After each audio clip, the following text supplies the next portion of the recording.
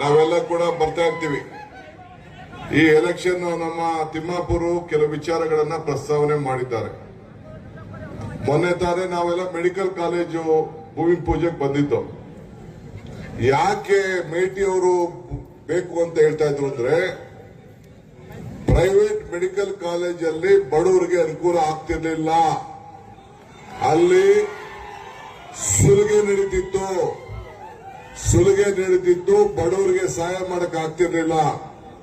ಅದು ಬೇಕು ಅಂತೇಳಿ ಎಲ್ಲ ಜಿಲ್ಲಾ ಶಾಸಕರ ಜೊತೆಯಲ್ಲಿ ಇಟ್ಕೊಂಡು ಮುಖ್ಯಮಂತ್ರಿಗಳ ಮೇಲೆ ಒತ್ತಡ ತಂದು ಹಿಂದೆ ಕೂಡ ಅನೌನ್ಸ್ಮೆಂಟ್ ಮಾಡಿದ್ದನ್ನ ಬಿಜೆಪಿಯವರು ಕೂಡ ಅದಕ್ಕೆ ಒಂದು ಜೀವ ಕೊಟ್ಟಿರಲಿಲ್ಲ.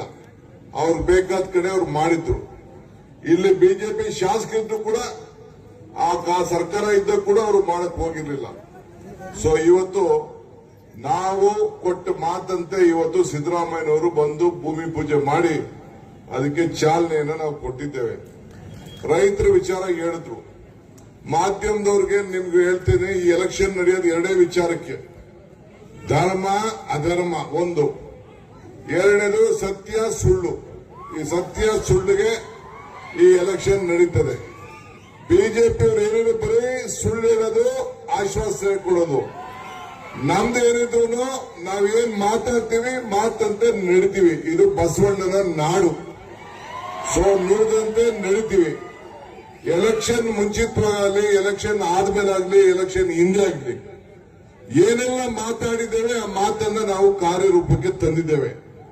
ಎಲ್ಲ ಗ್ಯಾರಂಟಿಗಳು ಈ ರಾಜ್ಯದಲ್ಲಿ 1,23,00,000 ಮನೆಗೆ ಇವತ್ತು 2,000 ರೂಪಾಯಿ ಹೋಗ್ತಾ ಇದೆ.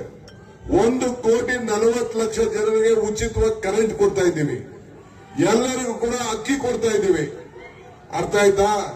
ಇಂಥದ್ದು ಒಂದು ಕಾರ್ಯಕ್ರಮ ಎಲ್ಲ ನನ್ನ ತಾಯಿಂದಿರೆಲ್ಲಾ ದೇವಸ್ಥಾನಗಳು ನೋಡಿದ್ರು, ಎಲ್ಲ ಬೀಗರ ಮನೆ, ನೆಂಟರ ಮನೆ, ಸ್ನೇಹಿತರ ಮನೆ ಎಲ್ಲ ಉಚಿತ ಪ್ರಯಾಣ ಮಾಡಿದ್ರು.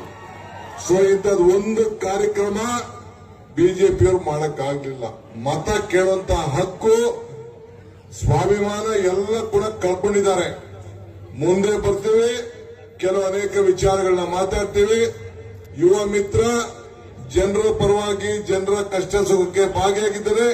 ಇಡೀ ಸರ್ಕಾರ ಉಮೇಶ್ ಮೇಟಿ ಜೊತೆನೆ ಇದೆ ಅನ್ನೋ ಮಾತನ್ನ ಈ ಸಂದರ್ಭದಲ್ಲಿ ಹೇಳಿ ಅತಿ ಹೆಚ್ಚು ಮತದಿಂದ ಆಯ್ಕೆ ಮಾಡಬೇಕು.